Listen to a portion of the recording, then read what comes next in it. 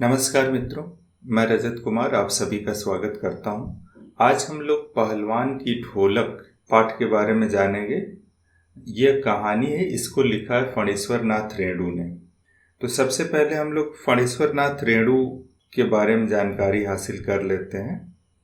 जन्म 4 मार्च सन 1921 औराही हिंगना, जिला पूर्णिया।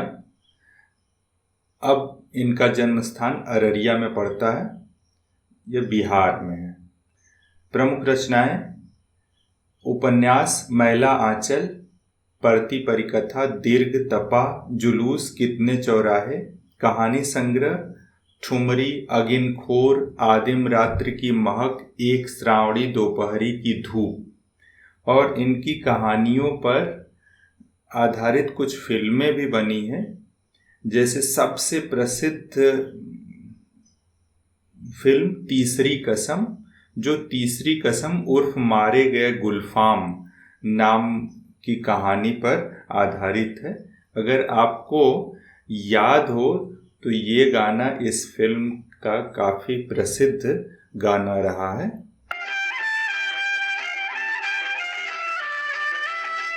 दुनिया बनाने वाले क्या तेरे मन में समाई, काहे को दुनिया बनाई तूने, काहे को दुनिया बनाई।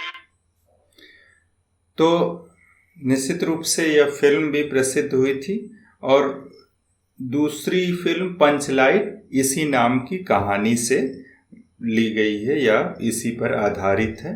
संस्मरण: ऋण जल, धन जल, वन तुलसी की गंध, श्रुत अश्रुत पूर्व, रिपोर्टाज, नेपाली क्रांति की कथा। आंदोलन वगैरह और क्रांतियों में बहुत अधिक हिस्सा लेते थे फणीश्वर नाथ रेणु, और इनकी सारी रचनाओं पर आंदोलनों और क्रांतियों का प्रभाव आप देखेंगे। निधन सन 1977 में 11 अप्रैल पटना में, और इन्हें पद्मश्री सम्मान से भी नवाजा गया था। इनका सबसे महत्वपूर्ण उपन्यास मैला आंचल है, और इसकी खासियत यह है कि यह आंचलिक उपन्यास कहलाता है। यह कालजयी उपन्यास है। कालजयी का मतलब जिसने काल को जीत लिया, और कहने का मतलब समय बीतने के साथ ऐसा नहीं कि इसकी प्रसिद्धि धूमिल पड़ती है, बल्कि और अधिक बढ़ती ही जाती है। और आंचलिक उपन्यास किसे कहा जाता है? जिसमें जो नायक होता है वह कोई खास व्यक्ति न होकर कोई खास क्षेत्र हो जाता है। इस कहानी के कुछ महत्वपूर्ण अंशों की व्याख्या देखेंगे। व्याख्या तो नहीं, कुछ अर्थ के जैसे मैं आपको बता दूं, जिससे आगे परीक्षा में आपको कोई परेशानी न हो। जाड़े का दिन, देखिए ये बिल्कुल शुरू वाला हिस्सा है, और इसमें रात की भयावहता के बारे में वर्णन किया है लेखक ने। जाड़े का दिन, अमावस्या की रात, ठंडी और काली।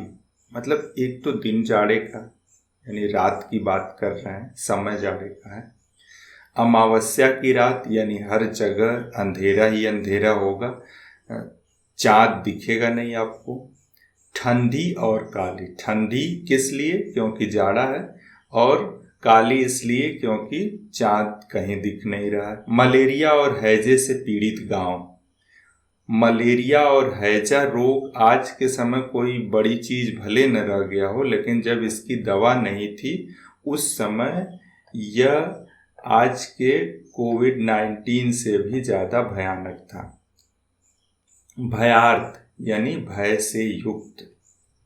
भयार्त का अर्थ भय आर्त, भय से पीड़ित। शिशु की तरह थर थर काँप रहा था। कौन? गांव, पूरा गांव, यानी गांव के सारे लोग। जैसे कोई भय से कोई शिशु, छोटा बच्चा कांपता है, उस तरह से पूरा गांव कांप रहा था। पुरानी और उजड़ी बांस फूस की झोपड़ियों, देखिए गरीबी का जिक्र यहाँ पर। अंधकार और सन्नाटे का सम्मिलित साम्राज्य, उनमें अंधकार भी था, दिया तक जल नहीं रहा था, और सन्नाटा, सन्नाटा का मतलब किसी भी तरह की कोई आवाज न होना।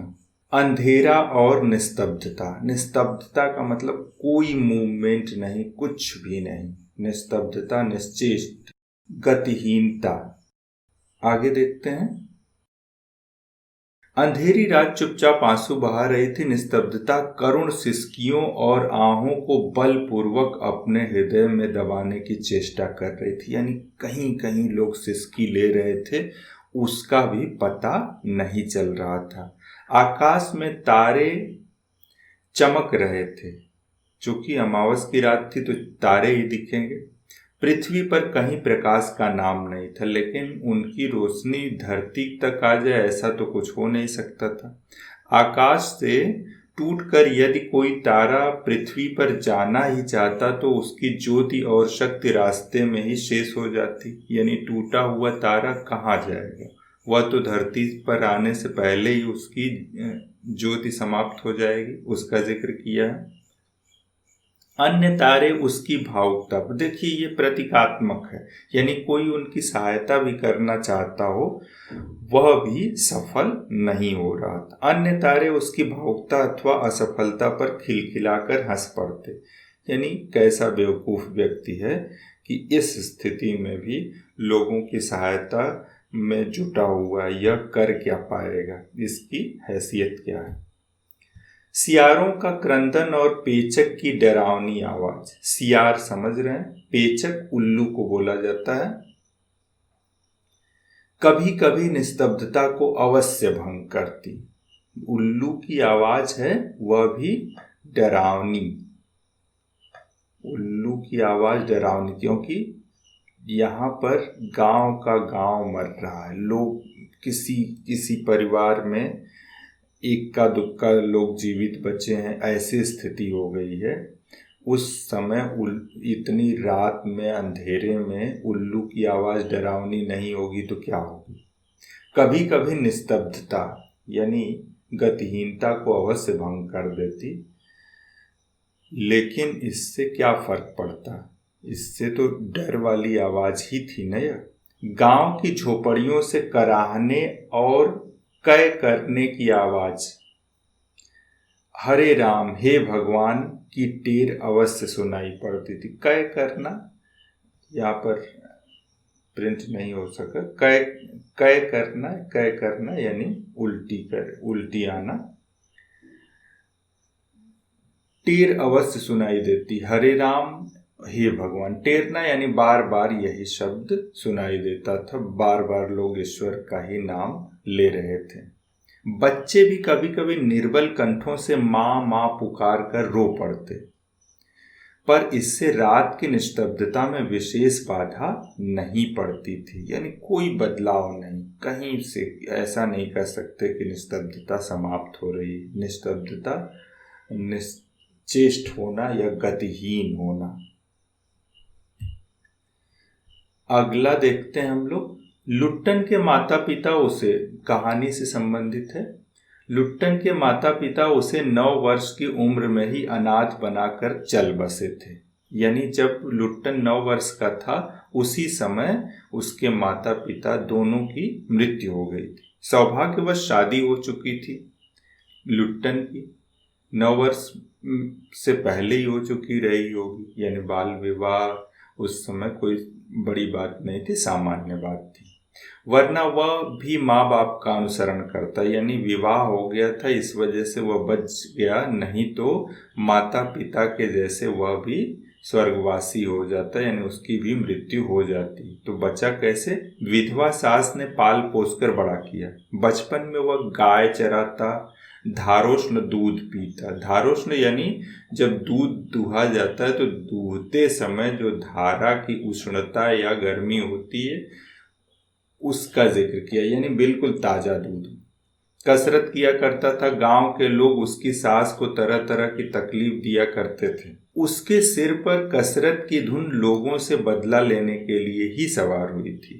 यानी सास की तकलीफ देख करके उससे रहा नहीं गया, इसलिए वह कसरत करने लगा कि पहलवान बनूंगा और लोगों से बदला लूंगा। नियमित कसरत ने किशोरावस्था में ही उसे सीने और बाहों को उसके सीने और बाहों को सुडौल तथा मांसल बना दिया। मांसल यानी मांस से युक्त, ठीक है, यानी अच्छा खासा देखने लायक युवा हो गया था।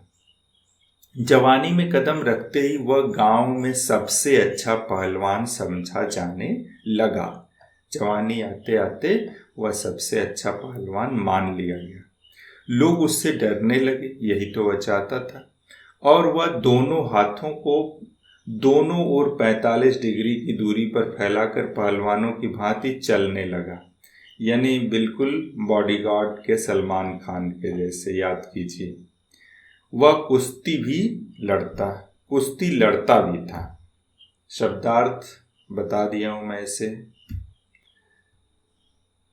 आगे एक हिस्सा देखते हैं हम लोग।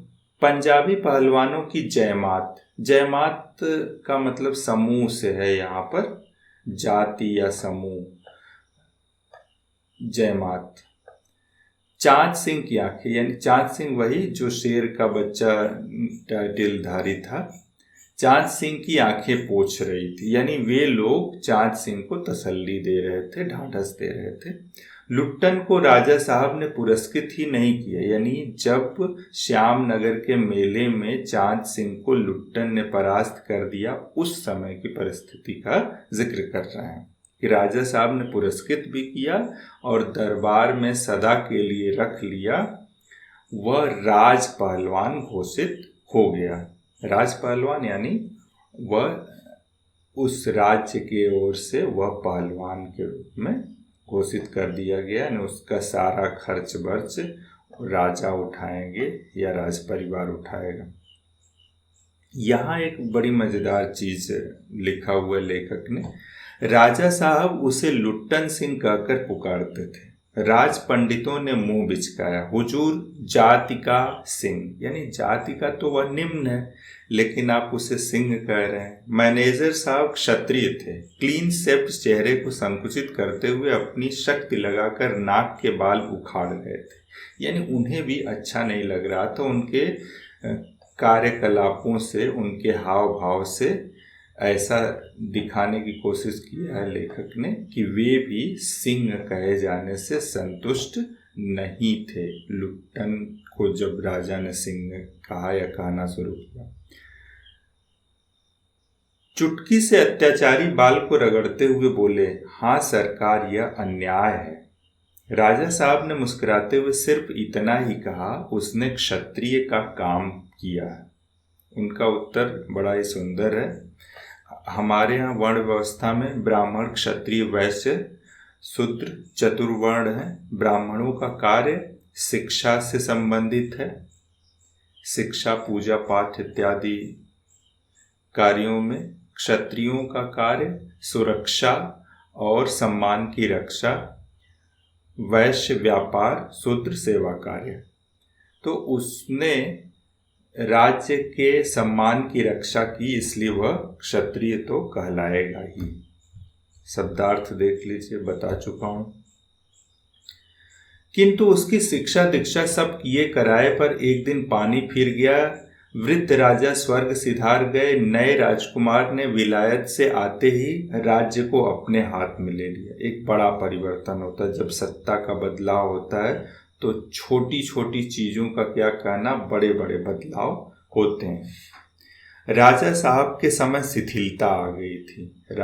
ये नजरिया का प्रश्न है, ऐसा नहीं कि वास्तव में शिथिलता आई थी। शिथिलता आना यानी नियमों में कसावट न हो जाना, कार्य अच्छे ढंग से न होना, इन सब की ओर इंगित किया गया। राजकुमार के आते ही दूर हो गई वह शिथिलता। बहुत से परिवर्तन हुए। उन्हीं परिवर्तनों की चपेटाघात में पड़ा पहलवान। चपेटाघात यानी जो आघात हुआ, उस आघात के चपेट में पहलवान भी आ गया। दंगल का स्थान घोड़े की रेस ने ले लिया। अब राजकुमार को किसी तरह से दंगल में रुचि नहीं थी, इसलिए उसके स्थान पर क्या हो गया, घोड़े की रेस। पहलवान तथा दोनों भावी पहलवान यानी लुट्टन और उसके दोनों पुत्रों दैनिक भोजन व्यय सुनते ही राजकुमार ने कहा, टेरिबल। नए मैनेजर साहब ने कहा, हॉरिबल।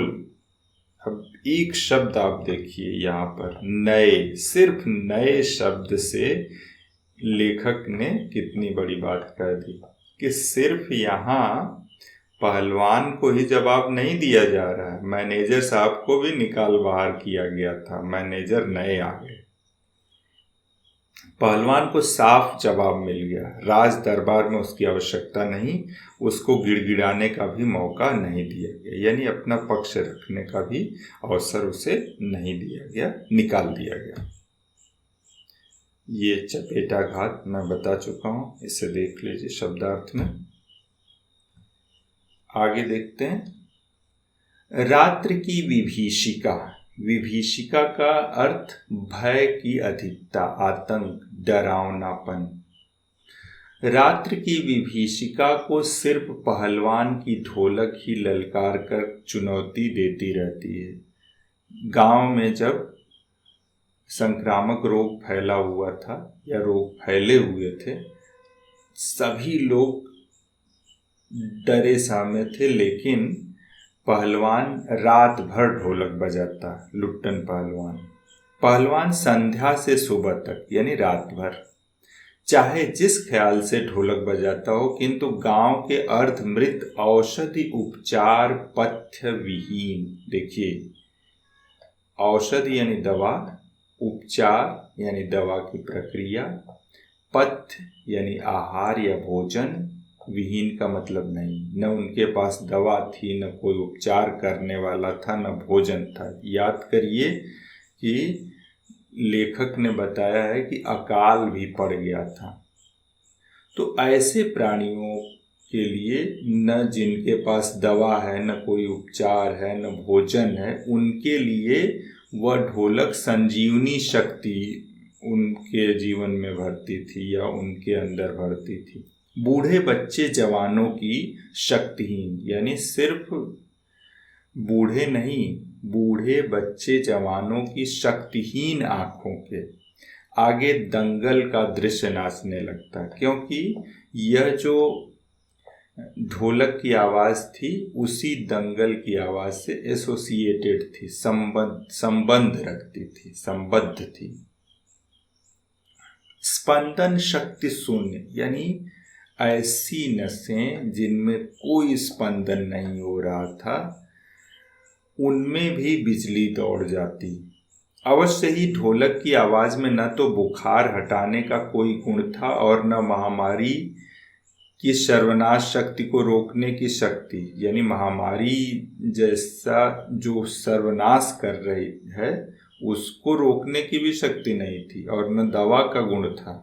पर इसमें संदेह नहीं कि मरते हुए प्राणियों को आंख मूंदते समय कोई तकलीफ नहीं होती थी, यानी भय समाप्त कर दे रही थी ढोलक की आवाज़। मृत्यु से वे डरते नहीं थे। कौन लोग? ग्रामीण यानी गांववासी। शब्दार्थ विभीषिका, भय की अधिकता, आतंक, डरावनी स्थिति। पथ्य आहार, स्पंदन हिलना डुलना, स्नायु नाड़ी पेशी नस। तो आज बस इतना ही। आप सभी को बहुत बहुत धन्यवाद।